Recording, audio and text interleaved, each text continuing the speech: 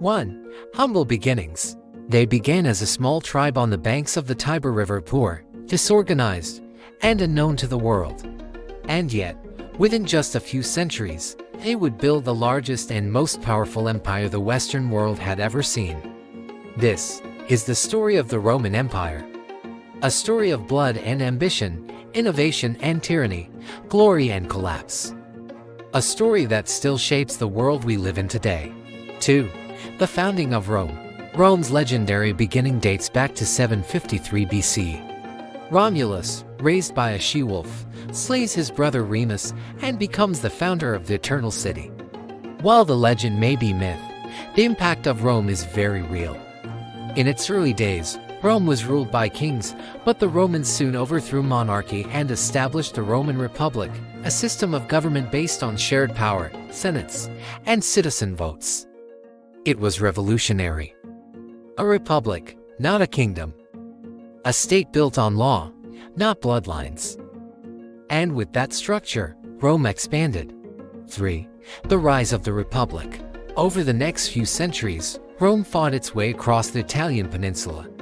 Its army was disciplined, its politics ruthless, its diplomacy sharp. Rome didn't just conquer, it absorbed.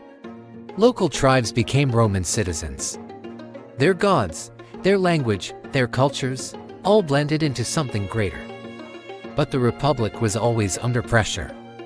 Political corruption, widening class divides, and the endless hunger for power created cracks. 4. The Punic Wars. And then came the Punic Wars, a century of brutal conflict with Carthage, Rome's fiercest rival. Hannibal, the Carthaginian general, crossed the Alps with elephants and terrorized Italy, but Rome endured. Carthage was defeated, burned to the ground, and Rome emerged as the dominant power of the Mediterranean. But with victory came chaos. 5. The fall of the Republic. The late Republic was dominated by strongmen, Sulla, Pompey, Crassus, and most famously, Julius Caesar. A brilliant general and ruthless politician, Caesar conquered Gaul, crossed the Rubicon, and took control of Rome. The Senate hated him. The people loved him. And in 44 BC, he was assassinated by his own senators, stabbed 23 times under the statue of Pompey. But instead of saving the Republic, his death destroyed it. 6. The birth of the Empire. Civil war followed. Caesar's adopted son, Octavian, defeated Mark Antony and Cleopatra at the Battle of Actium in 27 BC. Octavian became Augustus, the first emperor of Rome. The Republic was dead. The empire had begun. 7. The Golden Age. Under Augustus, Rome entered a golden age. The Pax Romana -200 years of relative peace. Roman roads connected cities from Britain to Syria. Aqueducts brought fresh water. Amphitheaters echoed with laughter and blood. The Colosseum stood as a symbol of imperial power. Roman law, Latin language, and architecture spread across continents. At its height, the Roman Empire ruled over 70 million people, 1/5 of the world's population at the time. 8. Decline and instability. But every empire has its cracks. After the Golden Age came instability. Emperors came and went, some wise, like Marcus Aurelius, others cruel, like Nero. The military became more powerful than the Senate. Corruption became normal.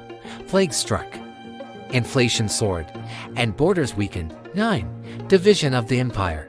In the 3rd century CE, the empire nearly collapsed.